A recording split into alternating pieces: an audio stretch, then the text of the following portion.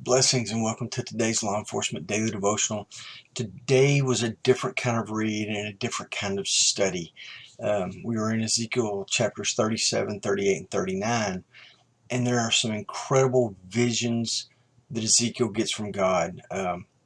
The dry bones in the valley that God puts sinews and flesh and skin on, and he raises the people of Israel who are in total despair and hopelessness because they've been exiled. But Ezekiel gives them this vision from God that God will raise the children of Israel back up and bring them back into their land. Then he goes into this vision of these two sticks. There's the nation of Israel and there's the nation of Judah. And God tells Ezekiel to pick up two dead sticks and put them together, and the sticks become one living branch. And he says, you will be one nation, and you will have one king, and you will have one shepherd. And I truly believe, as most people do, that one king is Jesus Christ, because he says, my servant David will rule over them. And by that he means the line of David, the promised king.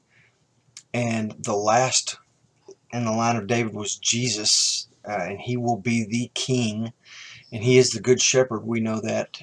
We read that in John chapter 10, where he talks about being the good shepherd. So, it's these incredible prophecies that go from Old Testament into New Testament times.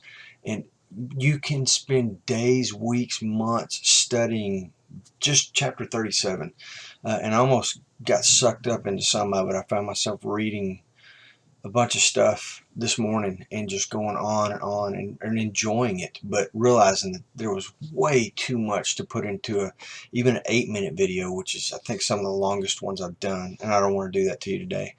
But then chapter 38 and 39 talk about this invasion. It's kind of this end time prophecy where Israel is attacked by this huge nation of the north.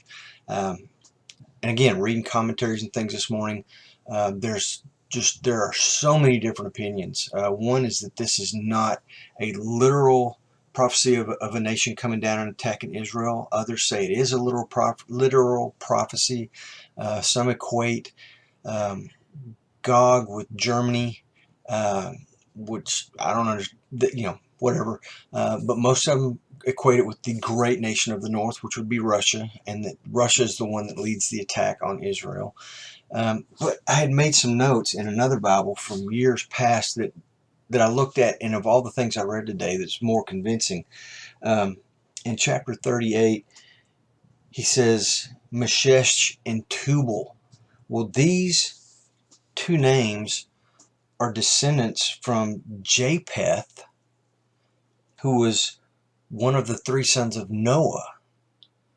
And anyway, it traces everything back, but also it takes that Japheth line of the people that attack Israel, but it also takes that Shem line that leads up into David, into Jesus. And it is a very interesting note. Genesis 10:2 and 1 Chronicles 1:5, if you're interested in looking at how those fit into the prophecy. But with all the books that are written and all the commentaries on these three chapters, the one thing that remains the same, that nobody disputes, is that at the end of this story, God wins. He restores his people. Christ reigns supreme. And that's how the book of Revelation ends. I mean, we know how the book starts. We know how the book ends because we've read the book. And if you hadn't read the book, we're going through the book, and I'm just, spoiler alert, God wins.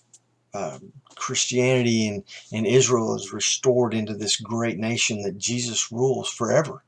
It's heaven. It's salvation. It's awesome. So, but just because I'm making this a short video, by no means disqualifies it from just great investigation and great study, because you'll have a ball if you get in and start studying 37, 38, and 39.